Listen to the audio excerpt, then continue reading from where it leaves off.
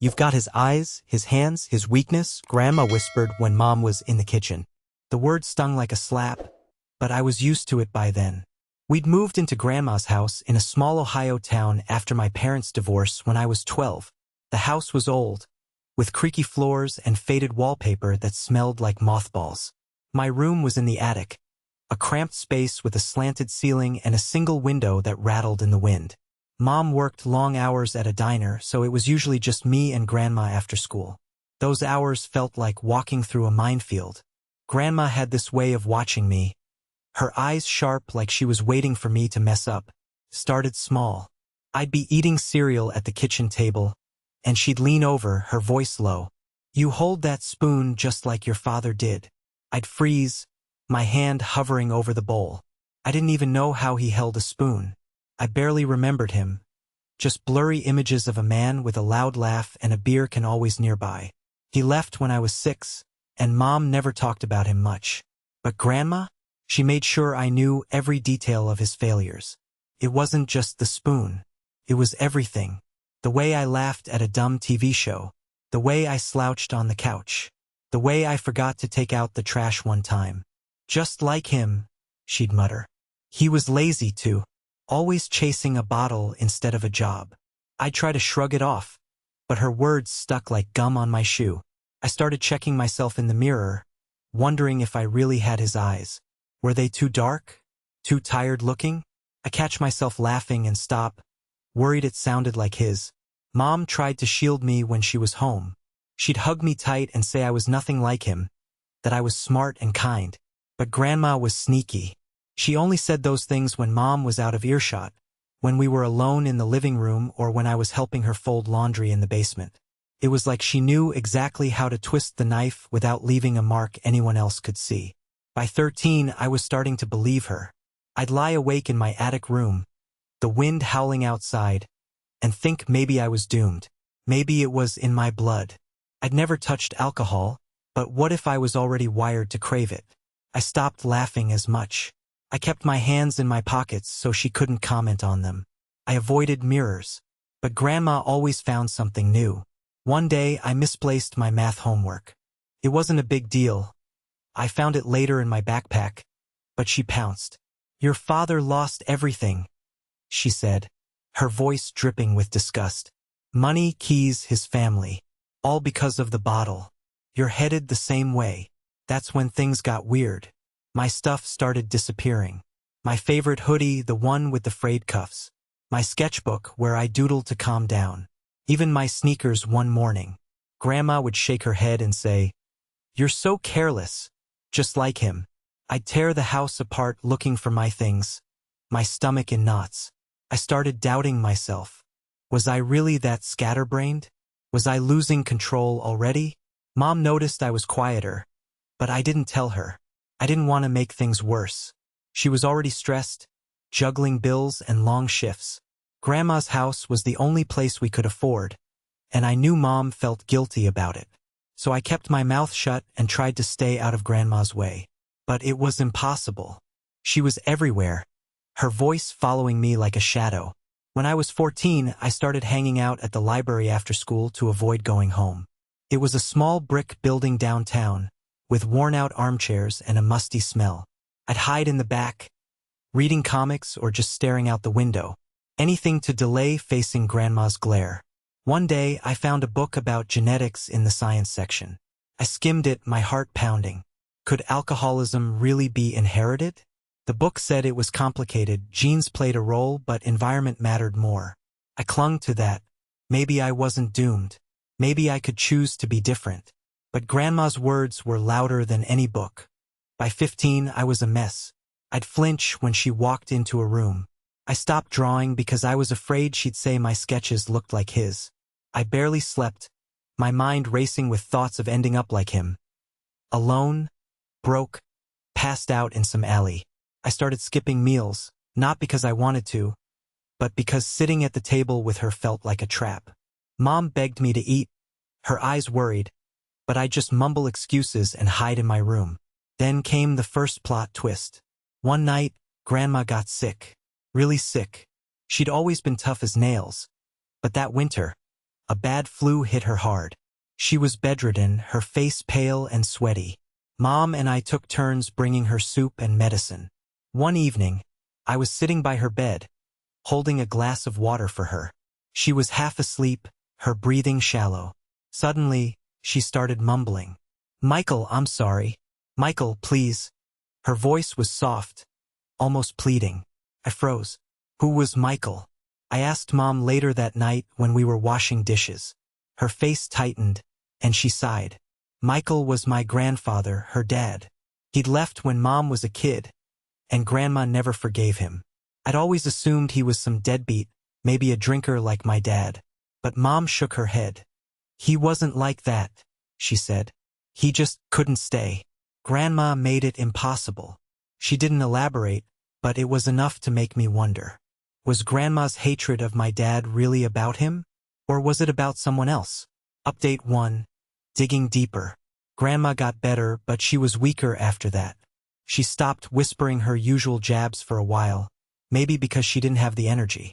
I should have felt relieved, but instead, I was obsessed with Michael. Why had Grandma called out for him? Why did she sound so desperate? I started paying closer attention to the house, looking for clues. There were old photo albums in the basement, stuffed in a cardboard box under a pile of Christmas decorations. I waited until Grandma was napping and Mom was at work before I snuck down there. The albums were brittle, the pages yellowed. Most of the photos were of Mom as a kid, gap-toothed smiles at birthday parties, riding a bike with training wheels.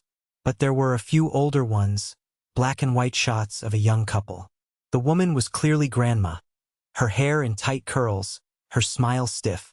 The man next to her was tall, with a shy grin. Was that Michael? I found one photo of him alone, standing by a lake, holding a fishing rod. He didn't look like a monster. He looked normal. I started asking Mom little questions, careful not to push too hard. She didn't like talking about her dad, but she let slip a few things. He'd been kind, she said. He used to take her to the park and push her on the swings. But Grandma was always watching, always criticizing. She'd accuse him of things, Mom said once, her voice distant, like he was hiding something. He wasn't, but she never believed him. It sounded familiar, too familiar. I started seeing Grandma differently. Her bitterness wasn't just about my dad. It was older, deeper. Maybe she'd been doing this for years, tearing down anyone who reminded her of Michael. I wondered if I was just the latest target. It made me angry, but also sad. What had happened to make her like this? I wanted to confront her, but I was scared. What if she doubled down? What if she got worse? Instead, I threw myself into school. I joined the art club, even though I hadn't drawn in months. It was a small group, just a few kids messing around with paint and clay in a classroom that smelled like turpentine. Being there felt like breathing again. I started sketching in secret, hiding my notebook under my mattress so Grandma wouldn't find it. I drew things I couldn't say out loud, stormy skies, broken mirrors, hands reaching out of shadows. It helped, but it didn't erase the fear that I was still destined to fail. Then my stuff started disappearing again. This time it was my art supplies. My pencils, my eraser, even a cheap watercolor set I'd bought with birthday money.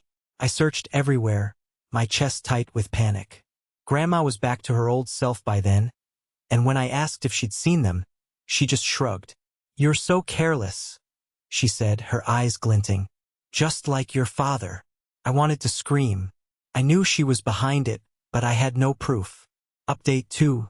The second twist. One afternoon, I was cleaning the attic to make more space for my stuff. The floorboards were loose in one corner, and when I pried one up, I found a small metal box hidden underneath. My heart raced. I opened it, expecting maybe old letters or photos. Instead, it was full of random things. My hoodie, my sketchbook, my sneakers, even my missing art supplies. There was other stuff, too. A man's watch, a faded tie, a stack of letters tied with string. The letters were addressed to my dearest, but they were unopened. I sat there, my hands shaking. Grandma had been hiding my things, not just misplacing them, stealing them. And the other stuff? It had to be Michael's. Why was she keeping it all locked away? I read one of the letters even though I felt guilty. It was from Michael, dated years ago. He wrote about missing Mom, about wanting to come back, but feeling like he'd never be enough for Grandma. "You see faults where there aren't any," he wrote. "I can't live under that weight." I was furious. Grandma wasn't just cruel. She was a liar. She'd painted Michael as the villain, just like she did with my dad. And now me. I wanted to storm downstairs and shove the box in her face. But I didn't. I put it back, my mind spinning. I needed a plan. I couldn't keep living like this, always looking over my shoulder, always doubting myself. I started small. I stopped hiding my sketches. I brought my notebook to school and drew in the open, letting the art club kids see. They didn't care if my hands looked like my dad's. They just thought my drawings were cool. I started eating at the table again, even when Grandma was there. I'd catch her staring, but I'd stare back, daring her to say something. She didn't, not at first, but I could tell she was rattled. Then came the third twist. One night, I woke up to a crash downstairs. I crept to the stairs, my heart pounding. Grandma was in the living room, surrounded by broken glass. She dropped a framed photo, the one of her and Michael by the lake.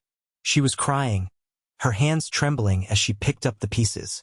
I'd never seen her cry before. I almost went to help, but something stopped me. I went back to bed, my mind racing. The next morning, she was different, quieter. She didn't comment on how I held my coffee mug or how I tied my shoes. It was like the fight had gone out of her. I didn't trust it, but I took advantage. I started leaving my sketches around the house, on the kitchen counter, on the coffee table. I wanted her to see them. I wanted her to know I wasn't hiding anymore. Final update, breaking free. Things changed slowly. Grandma stopped whispering her poison, but she didn't apologize. I didn't expect her to. I kept drawing, kept going to art club, kept eating at the table. I started talking to Mom more, not about Grandma, but about little things, school, friends, the future.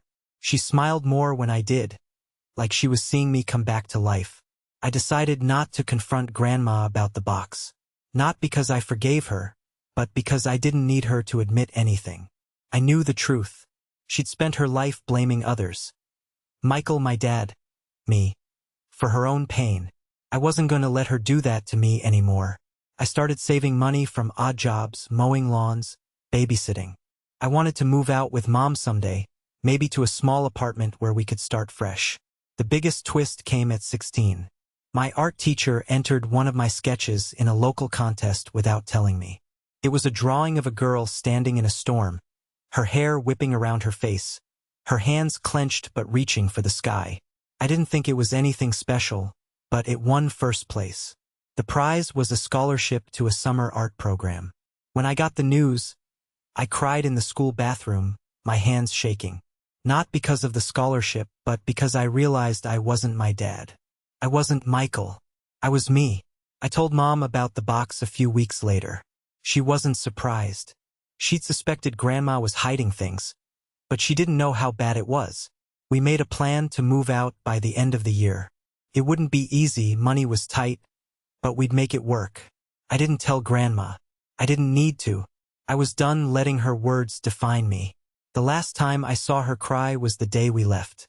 She stood in the doorway, her hands clutching a dish towel, her eyes red. She didn't say anything, but I saw it, the regret, the loneliness. I felt a pang of pity, but I didn't look back. I had my sketchbook in my bag, my future ahead of me, and a mother who believed in me. That was enough.